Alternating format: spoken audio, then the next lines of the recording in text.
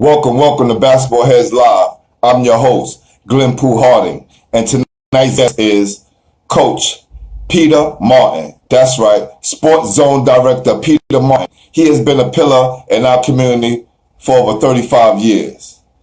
This broadcast is sponsored by Styles by Nita and Unique Creations. Let's get it. Y'all ready?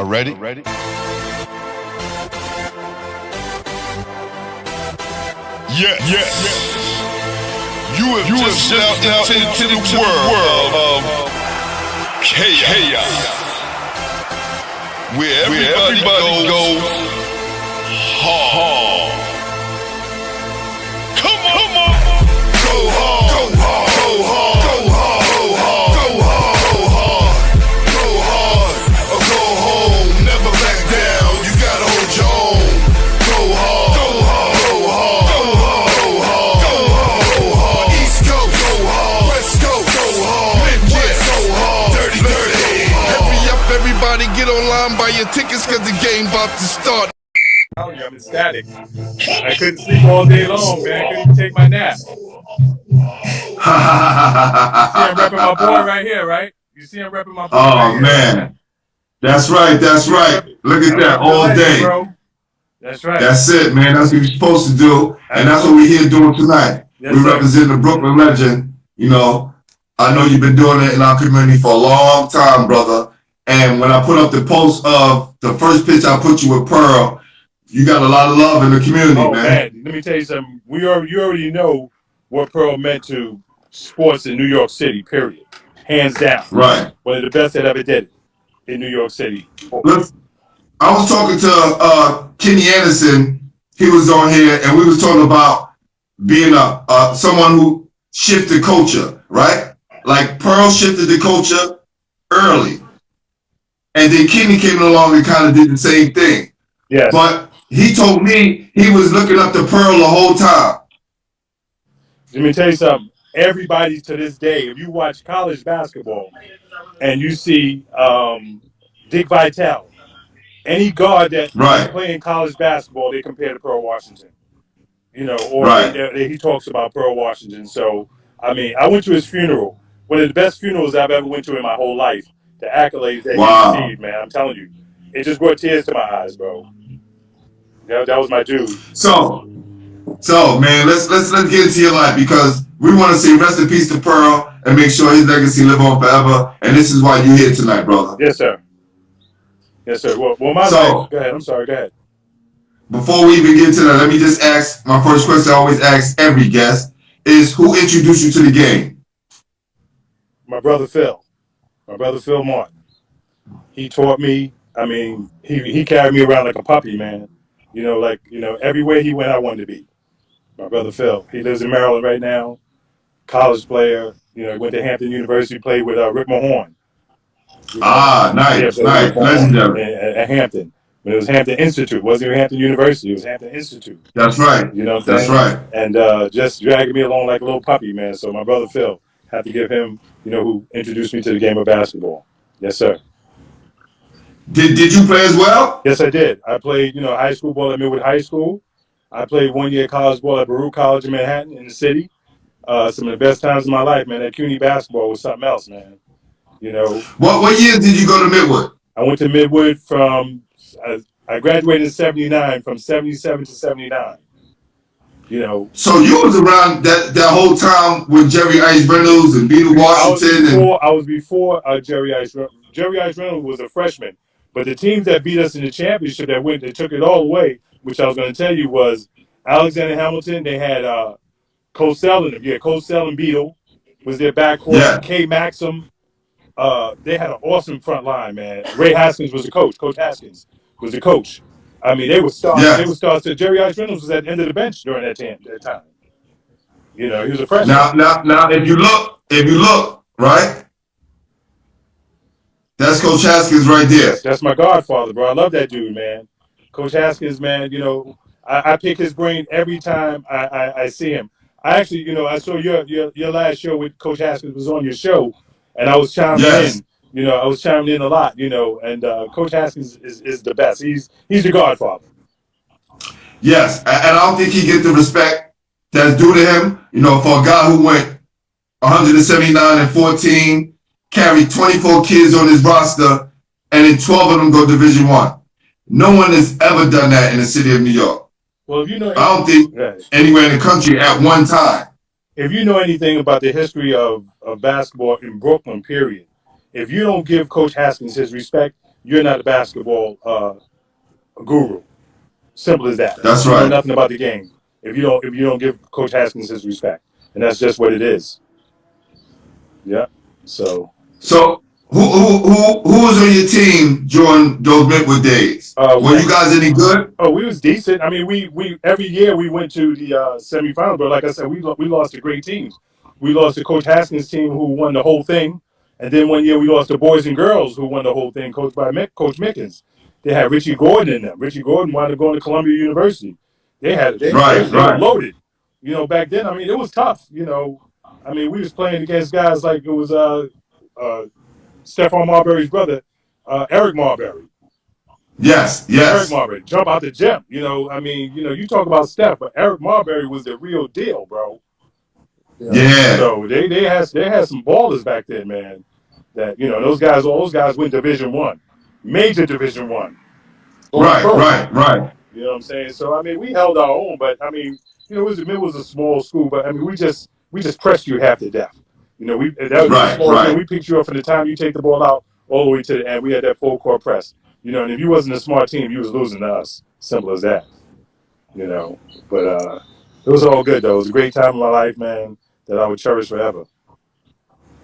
So, who was the top player in your neighborhood at the time? In my neighborhood at the time, right when you was coming up. It was so many, man. It was so many. The top player in my neighborhood when I was coming up as a kid. There's always one top dog. Well, you know what? I'm gonna give it to my mentor. His name was Joe Washington. Okay. Joe Washington, and if you can, any of them guys who listening now, old school dudes, Joe Washington was the truth. You can ask Fly Williams, all those guys jocking him. They'll say Fly, but when I ask Fly who was the best, and I tell him Joe Washington, he would say, "Yo, Joe was the man." My man, Joe Washington, was my best player of my all time as a kid growing up, who I idoled. Okay. Joe Washington. Okay. Wound up going to Coppin State, broke his leg. Pearl's brother actually broke his leg playing ball, bridged him going to the basket, knowing he can't block Joe's shot. And Joe went to dunk and he broke his leg. Joe fell down, broke his leg, and still went Division I with one leg going to Coppin State and was All-American at Coppin State. So that was Pearl's older brother? No, Pearl's oldest brother his name is Beaver. Beaver used to play ball. Okay. He was playing against Joe in his junior high school in Brooklyn. And Joe was All-American in high school and stuff. He went to Tilden with Jock, Greg Jocko Jackson. Nice.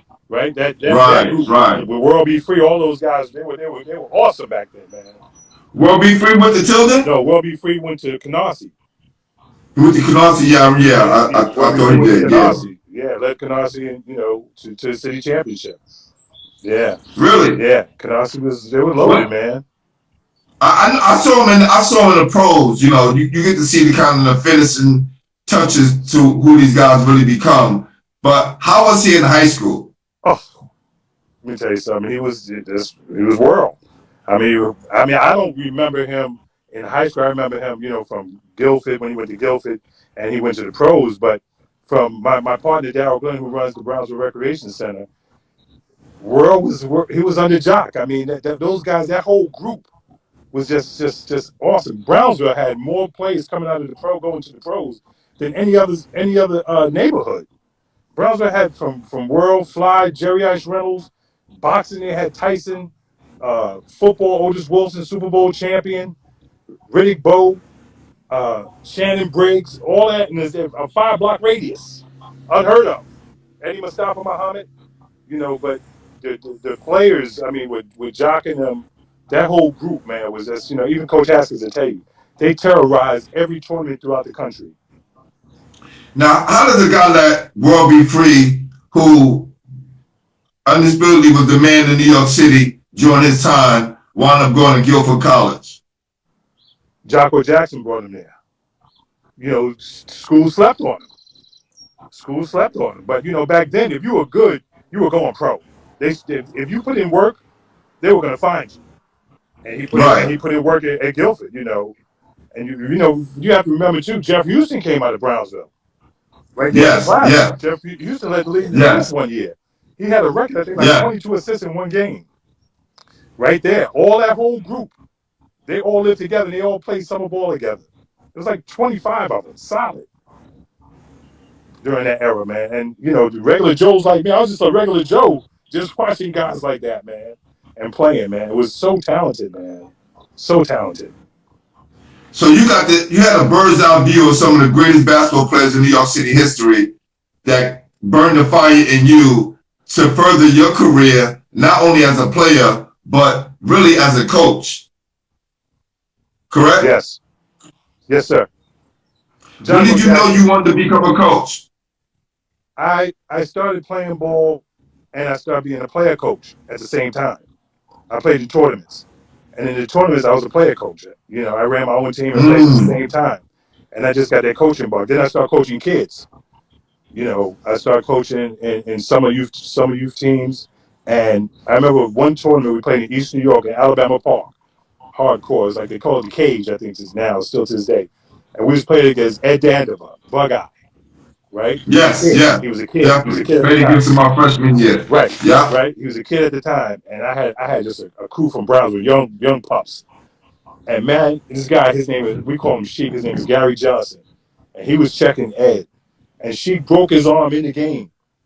He didn't even know his arm was broke. Played with one arm and still bust his ass. And I'm not playing with one arm. Wow. Broke his arm. At the end of the game, we took him to the hospital. He had a broken arm. Played a half with a broken arm. Tough as nails, man.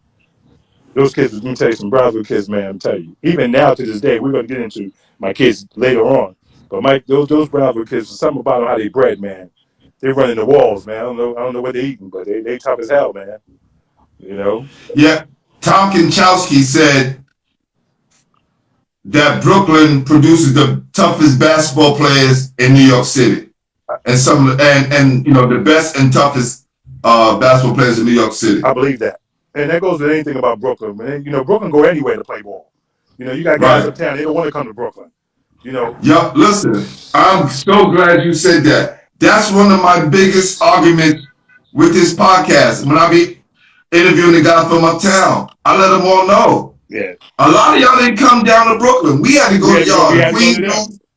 Queens dudes didn't come to Brooklyn. We had to go. And that's why I think that makes us so resilient, right? And tough-minded. Because we had to leave our neighborhood and go to other places and do damage to get our name up. Exactly. And I played anywhere. It didn't matter. I went uptown, Bronx, Brooklyn, Queens, Staten Island. I played everywhere. It didn't matter again, because if you go anywhere else, they don't know how you played. That's right. Your stuff go work then.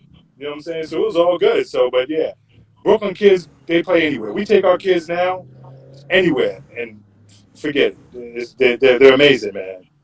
They're amazing. What was the first tournament you coached in? First tournament I coached in? Probably in Alabama Park.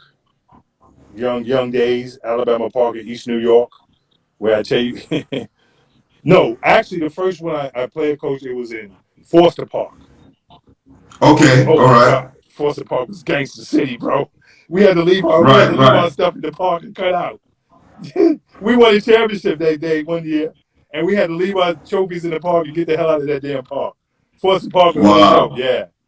I think Foster Park was the first one I actually coached and played coach, me and my boys. Okay. Yeah, Foster Park was no joke, man. Yeah. Did you ever play in Foster Park? Yes. Yeah, Foster Park. I played in every park. Yeah, I heard that. That's what's up.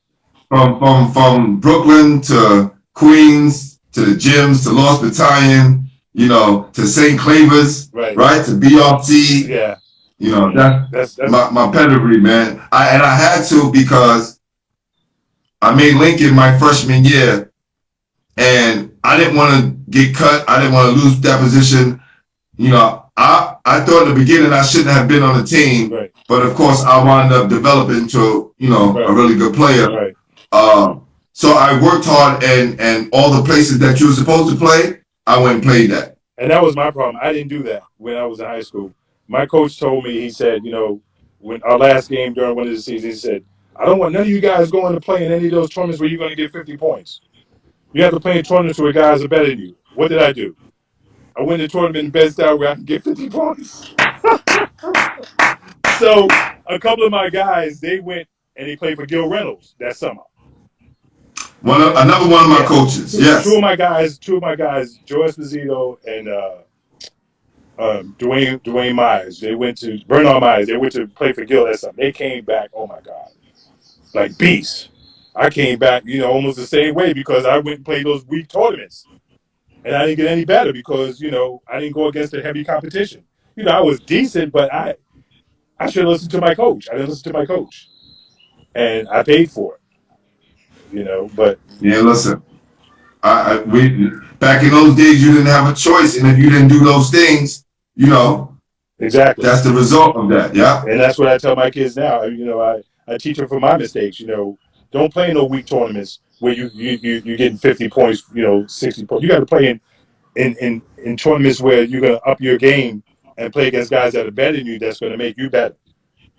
So now the one thing I have a problem with the tough, with the big tournaments in New York City, right? The Nike tournaments, right? Because you got the Gersh, Dykeman, the one in Queens, Lincoln Park, right? And you have the other part, the Bronx Watson.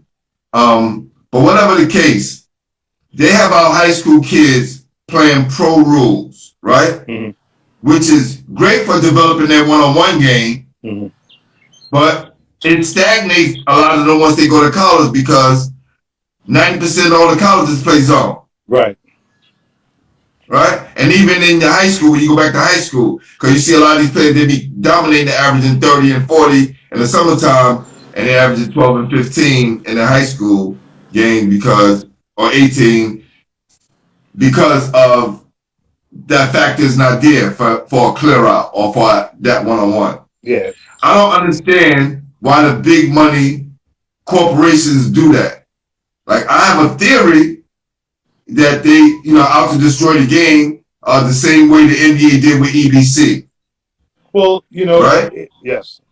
I just think it's when the influx of money comes in, that's when you see the talent kind of dissipate.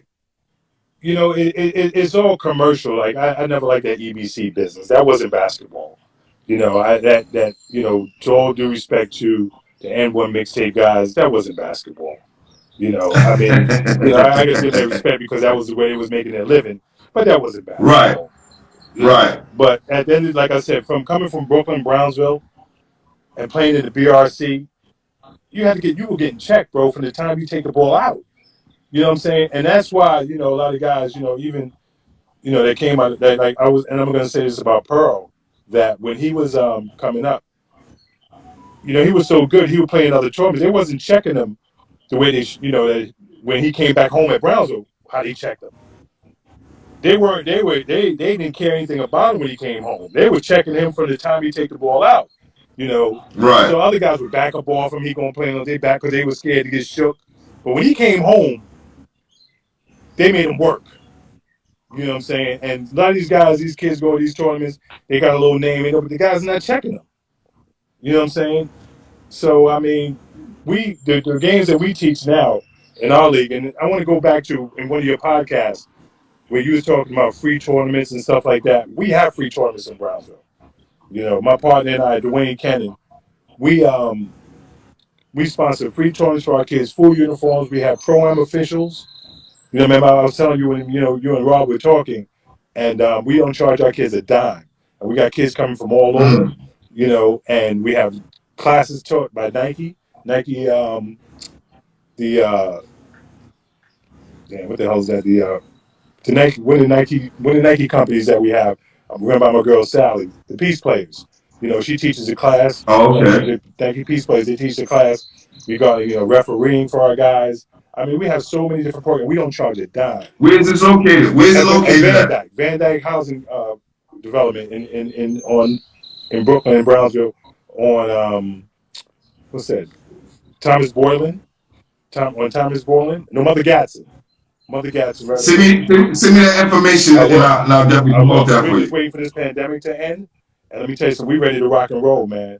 We're going to help out a lot of different programs. We're going to help out Gersh, and see if they're going to get a little something together. We're going to help fund them and get some tickets. A lot of people don't have the funds, so we got some funds that we're going to help a lot of different tournaments out, and have a one big group for all of us at the end of the summer. Hopefully, the mayor will say, okay, guys, you guys could run some stuff. But we want to help out a lot of different organizations that don't have the funds and the kids don't have the money to play. That's what we do. Brownsville Sports Zone. That's what we are. Definitely. So I want to definitely get that, man. And we can you do like a 30-second piece, just to promote that out there, because that's a great idea. And I think it'll help a lot of kids in the community. Oh yes, like I said, this is our 4th year doing it. We've been doing this for the last 4 years, and like I said, we partner up. And this is one of the things I wanted to talk to you about: partnership. A lot of these organizations, a lot of these leagues don't like to partner, and that's the problem. What's making us so successful? We partner with so many different groups where we're able to bring everybody's business together, and that's what makes us so successful. And if a lot of those other tournaments partnered, they wouldn't have to charge as much as they do for these tournaments for these kids. Right. They're so selfish. A lot of these leagues are so selfish, man. And they're trying to make all this money off of kids. Yeah. And if you partner it up, people, there's so many avenues that you can get things, and the kids don't even have to pay, and you still can put out the same product. So these guys need to stop doing that, man, and partner up with each other, man. Yeah, a lot of time when we was coming up, the majority of our coaches were white men, and it's not to knock them, because a lot of them did great jobs with us, right? But now we're in the seat, right? You got a lot of us who, most of the majority of the high school coaches are former players, right? Who are black, men and women, and I see the separatism there, because everybody's competing to be number one, but the quality of basketball in New York City is going down. And I hate to keep spotlighting South Shore, but they're the big dogs right now. And South Shore, 3 years of winning the city championship, I don't know if they produced a Division I qualifying player in those 3 years. And that's sad. Maybe they have. I think one's going to Syracuse in September. Right. Yeah, one's going to Syracuse in September.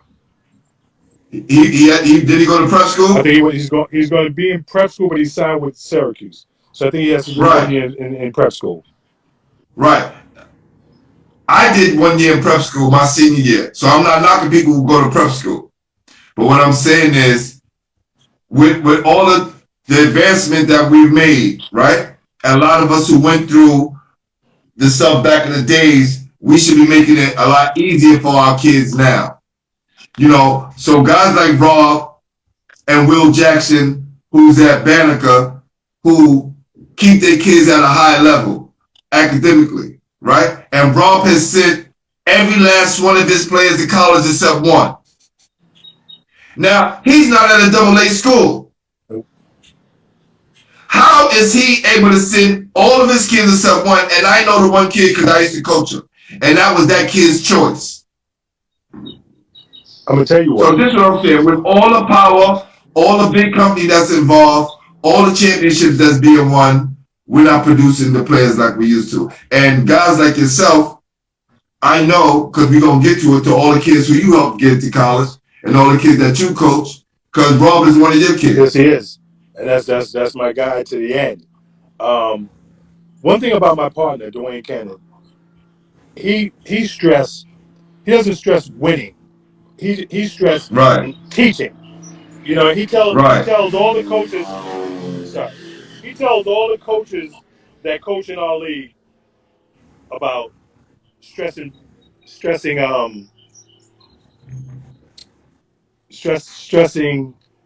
togetherness and stressing just being good guys, and just it's crazy how when these guys, like I said, when these kids coach, they're yelling, screaming, or whatever like that. But we want discipline in our league, and our guys, hands down to our guys. We coached the first middle school tournament that was on that side of town. BRC was the only act in town for a long time, and now that we're there, and nobody wanted help these kids out. We've been helping them. We haven't had one incident with these kids, And we have the the different projects, the Brownsville, Tilden, Van Dyke. Those kids can't play with each other because with the gangs. But coming into that Van Dyke gym, man, those kids were gentlemen. And we really stress that with our kids, man, and helping them out, and helping them learn to be young men. And they just need somebody to really, believe in them. And that's what we try to do over there, man. And Rob, I had Rob since he was a puppy in middle school. And Rob just hung around me. We did everything, came to my house and just hung around me, and he was just a good young man. And all his friends, man. But it's about you can't just it's not all about winning all the time. It's about teaching, man. It's not all about, and that's what's wrong with these coaches. They just want to win by any means necessary. Like, but one of the coaches, and I'm gonna have to say this, one of the South Shore coaches is one of my coaches, my man Winston. So I have to give this guy a lot of credit. What he's done for our program. He's one of the assistant coaches, but he runs my middle school program for my coaches, and he is amazing teaching these kids, man. And I have to give him a lot of credit. He makes my job a lot easy. He's doing a phenomenal job with these middle school kids, man, and getting a lot of these kids in high schools and being prepared to be able to play in high schools. And we work with we work with a lot of the middle school principals and stuff like that. So if they're acting up, they can't play in our league. So we're in touch with the schools, we're in touch with teachers, and we treat that like like it's almost like a real middle school league as far as PSAL. Because if you're not doing well in school, you can't play. They have to go to mentorship before the game. Every game before each game, they have to talk to mentors. We have a class. You play first. You play after your game. You have to go to the class. We do that to all our kids. Listen. If you've been watching the shows, I've been stressing that a lot. I think that needs to be followed over in high school, because a lot of our kids, our boys, they're lacking male mentorship, right? A male role model. And a lot of times they get that good structure early on, and then they get let out into the world, and they get pushed off the edge and go fly by yourself. And these kids are still kids. I know they're in high school and they're teenagers, right? But they're still kids. And one of the examples I use when I talk to my kids is a scene from Bronx Tale. You ever seen Bronx Tale? 100 times. Remember the scene when the white guys was getting in the car to go avenge and go to the black neighborhoods and get the black guys? Yeah.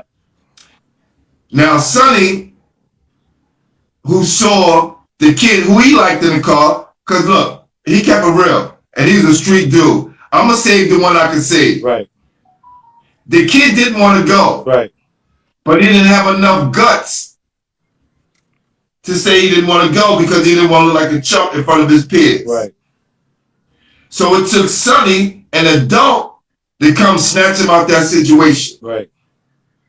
And what happens, right, to the kids? The end result is that they all burned on fire. They got blown the heck up. They all died. They all died.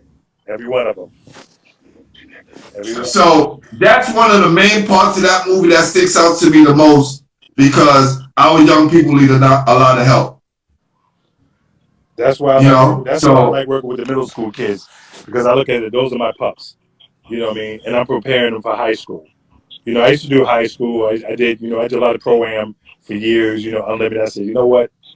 If I'm giving my money away, if I'm giving my time, taking my time away from my family, I'm doing it with the kids.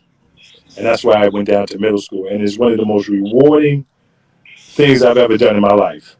To watch these young dudes grow, man, and develop, and to, like I said, we take them on trips. We've taken them to the NBA Hall of Fame. Someplace I've never been. That was the first time I went. We took them last winter. It was a great, great opportunity. And like I said, we have different mentorships. Before they play, they have to go to class before they play, or after their game. Different organizations that come and speak about life.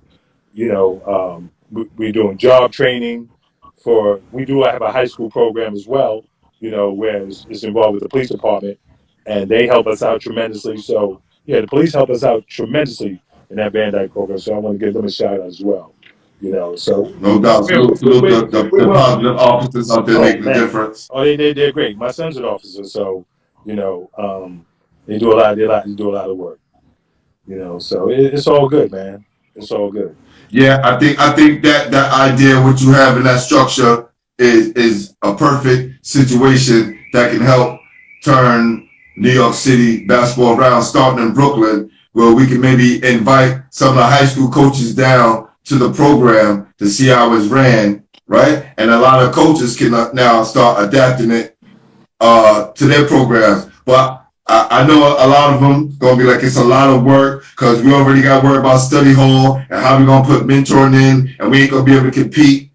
But really, you're preparing these kids for a little bit more than basketball, right? I had Eric Hicks on last week, and here's a guy, he wasn't a big star player, someone similar to yourself, and found himself at a college and got an opportunity, but he knew that his future in basketball was far in between. So he had to prepare for when the game was over. And that's how he created his organization. And what you're doing, I think what you're doing is such an incredible job, because I think all high school programs should be ran like the program you're running in Van Dyke. Let me tell you, and we do have high school coaches do come down. We've had Canarsie coach come down. Rob Phelps has come down.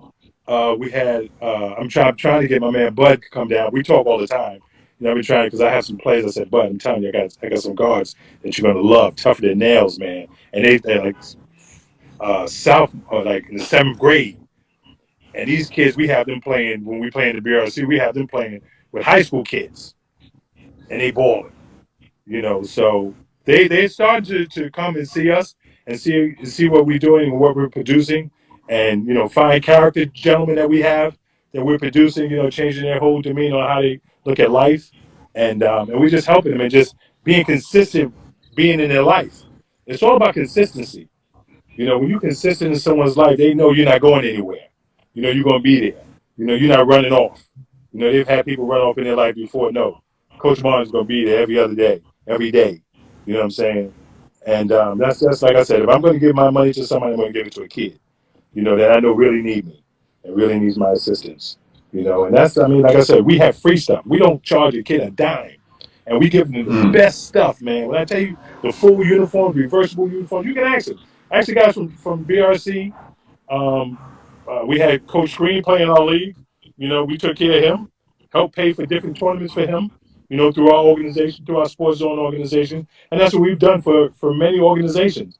Bought T-shirts for you. We're going to have Coach Green on. Coach Green will be on soon as well. That's my best friend's father. Well, tell me he owes me an apology, too. I love him, but he owes me an apology. We ain't going to talk about it tonight. Coach Green? Coach Green's owed me a big apology. You tell him, but I love him, but he owes me an apology. And we're going to leave it at that. I got you. Okay? All right. Definitely. Other than that, man, like I said, those kids, like I said, our program is growing and growing every year. We have some of the best officials that officiate our kids. Like I said, the Pro-Am, Terry Gilbert's guys from Pro-Am, those officials, we're going to have his guy one day come up by Zach Zarba, who's one of the top officials in the NBA. He's going to come talk to our kids. I got a guy, this brother's doing Nike kicks. He's going to come and teach the kids how to draw on sneakers. So we got a lot of stuff coming up, for our kids, man. And just, giving them that avenue and allowing them to have a platform like you one day and to give back. So what you're doing is amazing, to thank you. Get the word out, and let people hear, So that's great, man. It's a great job what you're doing, man. I've been watching you several times with different guys that I know, and I enjoy watching. I tune in. You know what I'm saying? I appreciate the love, and Rob and I've been friends for a very long time. I watch him come up, and listen, his word is golden to me. And if he tells me, G, you need to interview this person, I'm on it, because I know what kind of person he is and what he represents. So it's that it works, brother. And now I get to read up on you and look up some of the things you did, and it's just amazing, man. It's amazing. What kind of relationship did you and Pearl have? We're like brothers, man. I introduced Pearl to his fiance before he passed away. years ago. Me and Pearl were like brothers, man. I mean, you know, in his latter years, last 15 years of his life, we just, you know, just bonded, man. I mean, we just mad cool, man. You know, we just mad Give cool. me your fondest memory of Pearl in the summer tournament that you witnessed. I remember Pearl as a kid. I'm gonna tell you, as a kid in the tournament at Betsy Head Pool. I don't know if you ever played in Betsy Head Pool. Betsy Head Pool had in the Yep. locker rooms in wintertime. I swam in Bessie Hay Pool when I was a In the kid. wintertime, the locker rooms is a basketball court, and this was Pearl was a kid. Yep. I seen Pearl play, and Pearl just destroyed everybody in this whole tournament. There's a tournament. He just destroyed everybody. It's like, I couldn't believe, like, who the hell is this guy? You know what I'm saying? It was just unreal. It was just unreal, man. I couldn't believe him. Just you know, it's just so many. Just How old was he? How old was he? probably about 11. Probably about 11. Just destroying people like nothing. You know, just head over heels, better than everybody. You know, you knew he was going to be special. Right. You know, you knew he was going to be special. Like I said, everybody in the gym was decent, but he was just very special, man. He was just special, man. Yeah. Yeah, he was bigger than most guards and could move like he was their size. I'm gonna tell you another tournament I played in. One time in the projects, Pearl, I think he was senior year in high school or something. It was inside the Brownsville projects, and he was going against. And I was on the same team as Cosell, right? One of my boys was coaching his team, and Pearl was playing on the other team. But I can say Cosell gave him the business that night. Cosell was a bad boy, and he'd tell you what he's gonna do to you. That's him and Beto. I think in my eyes, one of the best backcourts of all times in New York City. Listen, I saw Beetle play for the first time on YouTube. We was watching it again last night, showing my boys. And he was dynamic. He was all over the court. He was one of those guards that I knew everyone was talking about, but I never saw him play. Like, I used to just hear his name. Bro, you know, word of mouth was everything back in the day. Pure point guard, man. Pure ran a team. That was Yes. one of the best backcourts in my eyes in the city of all times that I've seen. I've seen a lot of different backcourts, but that him and Cosell had to be one of the best. Cosell was number 2 behind Isaiah, I heard. I don't know what he's behind, but I know what he can handle. He can handle anybody. Coach Haskins said it. Coach Haskins said he was the number 2 point guard in the country behind Isaiah. That team Coach Haskins had, man. You know, that has the front line he had. It was like a pro team. Yeah, like a pro team. All those guys. I mean, it was horses. There's nobody could beat them guys. But then they lost to Zavarian in the state championship with Chris Mullen and Roger McCready. Well, how dope is that, though? Well, you know what? Losing to Chris Mullen ain't bad. Right. That's and Roger McCready, you know right? Right. That ain't bad losing to Chris Mullen, a Hall of Famer. That's right. You gonna lose? That's right. And that's why I didn't feel bad losing to Alexander Hamilton and boys and girls because those teams were awesome. So you lose to them, I mean, everybody else is going to lose, and nobody's going to beat those guys. Those teams were stacked and well coached. Right. You know what I mean? It's a difference. Okay, you got talent, but they were well coached. You know, so I mean, but even going back to the history, I haven't heard nobody talk about the Albert King days in New York City. When Albert King was in New York City, was one of the most phenomenal players I've ever seen.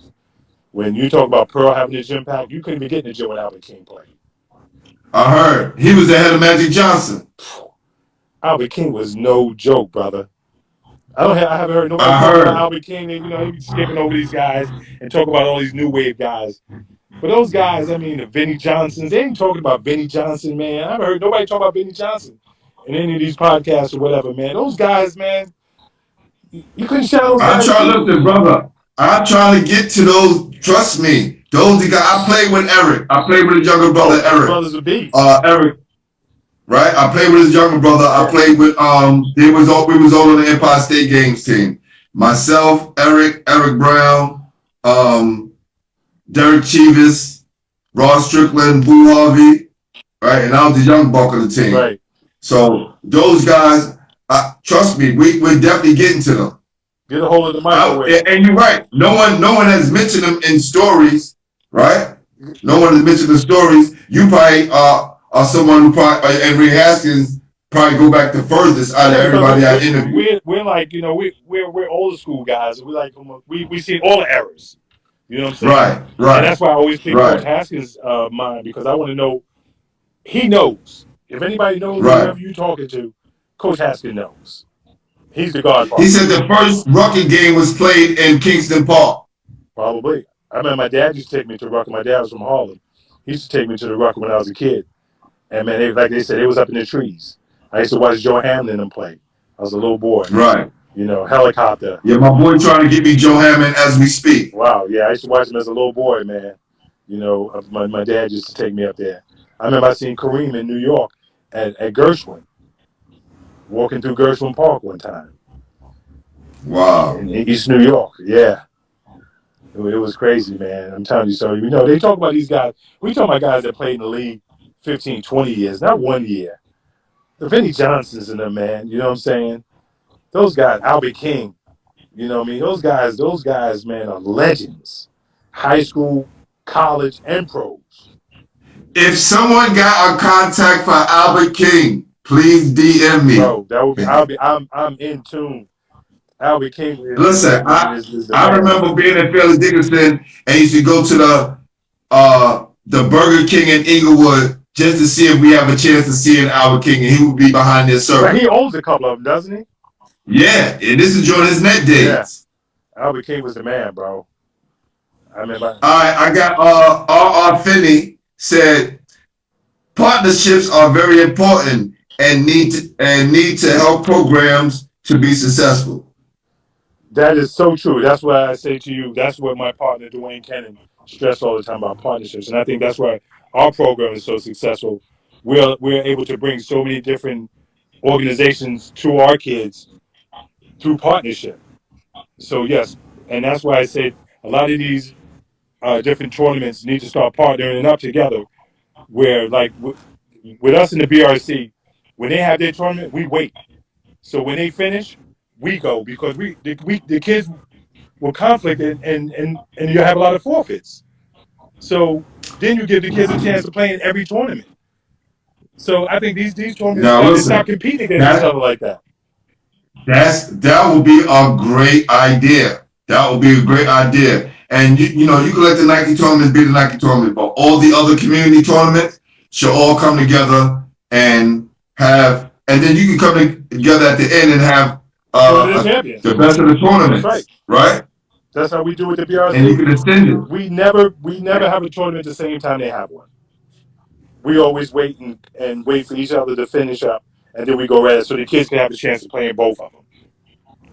That's what we do. Got my man Eric Hicks is on right now. He run Game Over. They be having tournaments as well. That'll be a great idea for you guys. You know, not a problem. Best Style Brownsville. I want to buy some, put something together. trophies from Eric Hickson. Eric got them Game There you Over go. trophies, man. I've been trying to holler at him for a minute, man. He got the best trophies on Yo, the planet. E, we just made the connection, E. Let's make it happen, baby. Statues, man. I want some statue trophies, man. That's right. Let the black kids get some black men trophies. Them trophies are awesome, man. I love those trophies, man. It's hard to get though, man. So I need to plug me with Eric. I know Robbie trying to plug me with him, but I need those. Definitely. Trophies. There you go. There you go. Listen, E just said I love it. We're gonna make it happen. Yes, sir. Yes, sir. He said he got you. He got you. Okay. Yes. Look, that's what the platform is about. Bringing people together, right? Having everybody work together and build partnerships. Partnership, baby. That's the key word for the day. Partnership. You know what I mean? Everybody else. And trust me, I will be down there at you guys' basketball tournaments and basketball camps. I will be broadcasting. I will be promoting everything that you guys do. So don't worry about that. Rob Phelps did a camp for me 2 years ago at Bristol Park. We had over 150 kids. Rob did a clinic for me. It was run by our organization and sanitation. Awesome. Rob put on a hell of a show that day. A hell of a show. I just posted him working some kids out. You know, whatever Rob does, I'm gonna promote it regardless. But you know, it's so refreshing to see the kids being excited to get a chance to play again. Yes. Because the kids is itching. If it's one time we're going to have the attention of these kids, is right now. Yes. Yes. We're going to have these kids' attention at 150% right now. So while we have their attention right now, grab it and let's mold it and let's shape it for the right, for the right causes. I used to be Rob's guinea pig when Rob was going to Providence. I used to have to feed him the ball every time while he was doing his shooting drills. He used to take me to Nazareth High School, and he'd say, "Come on, Pete," and I would have to, catch him, retrieve the ball, and pass it to him. So he owes me big time because I helped him with that. Hey, look. I helped him with that. That's right. That was my man. And that jump shot is still water. Still pure. Still pure. So my man Eric Hicks said, "The time is now. We must come together and stick together." That's facts. That's facts, baby. So, like I said, today's key word is partnership, man. So you talk to all your guys, man. Tell them to start partnering up, man, to make it even bigger. And we all join. That's what we want my message I push. Definitely. We all join forces together, man, and we can't be stopped. That's right. You know what I'm saying? That's right. We can't be stopped, and our kids are getting the best. And that's what we preach at our program, Brother Ken and I. We want our kids to have the best opportunity to succeed in this world. You know what I mean? And have a chance to be able to go out on a date and be able to take a nice young lady out on a date and be respectful. All those things we teach as well. So it's all good, man. It's all good. Listen, you have a great cause, great mission, and you're definitely living out the cause the right way. Right? Before we leave, got two things I want to ask. Yes, sir. One is, who is the best high school player you saw, which I probably know is going to be Pearl, college player and pro player you've seen in New York City? The best high school player I saw, no, it's not going to be Pearl. It's going to be Eric Marbury. Eric Marbury was the best high school player I saw. Eric Marbury. Everybody hear that? That's the first Lincoln in the house. I went to Lincoln, fam. Yes. Eric Marbury was the best high school player I've ever saw. He was phenomenal. That's the first time I've ever heard that. Yeah, he was. I mean, you had to see him play. A lot of those guys didn't see him play. He was Steph before Steph. Steph just took it to a whole nother level. But Eric Marbury. Steph had the J. Yeah. Steph had, out of all of them, Steph had the J. Right, but Steph had the J and he could jump. Eric was a jumper. Right. I mean, and it was just incredible the way that man jumped out the gym, man. Eric Marbury was the best player I saw in high school that I actually played against in high school. Wow. Eric Marbury. Yeah, I have to give that brother his props. Real Pete Moore said facts. Wow. Yeah. Okay. All right. Salute to the Marburys. Yes, sir. Yes, sir. What about college?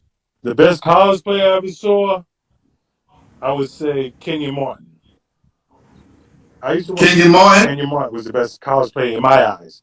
I watched Kenyon Martin block a shot, then go down and dunk it, all in the same play. Kenyon Martin was a phenomenal college player in my eyes. Yeah. I like Kenyon Martin was the best that I liked in college basketball. That's my favorite college basketball player, Kenyon Martin. Not that he had my last name, but Kenyon Martin. If you ever saw Kenyon Martin playing college, man, he was no joke. Yeah, for sure. He was no joke, man. He was no joke. He was no joke. And he was the #1 pick in the draft that year. And this new kid reminds me of him now. The new kid that's coming out of Dayton reminds me of him. Wow, I haven't had a chance to see him. But Kenyon Martin, I forgot his name. If anybody knew his name, the kid from Dayton that's coming out this year, he reminds me a lot of Kenyon Martin. And Kenyon Martin got drafted #1 with a broken leg. Yes. So you know how bad he was. Right. With a broken leg. Yeah. So. Best pro. Magic Johnson. I idolize Magic Johnson. He's on my bucket list. I want to hang out with him one day. Magic Johnson's my man. Couldn't tell me I wasn't Magic Johnson coming up as a kid, bro. Magic Johnson. And you got the New York bragging rights. You can say, yo, you was my man, but Albert from Brooklyn was ahead of you. Oh, yeah. Yeah, but Magic. And let me tell you something. World Be Free put it on Magic his first game. Clippers played the Lakers. And World was playing with the Clippers. World had like 45, almost 50 on the Lakers. Wow. Yeah, World killed them. World was a walking bucket, yo. Led the league in scoring. Yes. Let me tell you something. I got to give a lot of shout out to World because when we go to the Sixer games, World take care of us, man. We want for nothing. Still to this day, he takes care of his Brownsville guys. Still to this How day. can I get World on the show? That's going to be my next question. I can Right? make When that I come on happen. the show, you got to nominate somebody else to be on the show. Right. I'll talk to one of my partners, my man Daryl Glenn, who runs the BRC, Right. and if anybody can do it, Daryl Glenn can do it. Okay. Daryl's the man. Daryl runs Brownsville. Gotcha. Yes. I would try to make that happen. I would try to make that happen. That's how we got to do it. I would really appreciate that, brother. I would definitely try my best. As soon as we hang up, I'm going to talk to Daryl, and I'm going to tell Daryl, you got to get World on my man's show. Absolutely. That works, man. Yes, sir. That works. Yes, sir. Well, look, man, I'm glad that you came on and you shared the story, man. Now I know a little bit more and everybody else. And as we play this over and over and people, figure out what's going on, we bring some people together and they can see the face behind the program. Right. And then they can meet your partner as well. Yeah, they need to meet my partner. He's a tremendous brother, Dwayne Kennan. But I also want you to know that, our programs are free. And, we don't charge our kids a dime. And we give them the best of the best. The best teaching, the best, uniforms and just education, which is the most important thing. So for people to say there's no free tournaments, yes, there are. Right there in the heart of Brownsville. Yes, sir. It costs nothing. Well, listen, I'm going to definitely take that clip out and just leave it just like that and also play some more of this interview. But I want to definitely promote what you're doing, my brother. I appreciate you. Keep doing what you're doing. And whenever you need me, whenever you need to, make a broadcast or announcement, just call me up, man, and we can make it happen. I appreciate you more. I appreciate Rob for plugging me in with you. All those who are listening today and, we're willing to partner up and help out each other and, help their kids out if need be, help their programs out. That's what we do. We help programs. We help struggling programs. Right. We've helped out so many struggling programs through our Brownsville Sports Zone group. That's what we do. Help out struggling programs, man. So just hit me up too. I'm here for you as well. I appreciate you, brother. All the best, man. All right, man. And happy Father's Day. My man, Pat Foss. I got you, Pat. We're going to holler. Have a happy Father's Day to your father, man. Happy Father's Day. Happy Father's Day to you, my brother. Yes, sir. I'm not a father, but I still appreciate the love because I got a lot of kids out there, man. Yes, sir. Okay. Good luck. Have a good night. All right. Mr. Peter Martin, Coach Peter Martin, show some love, people.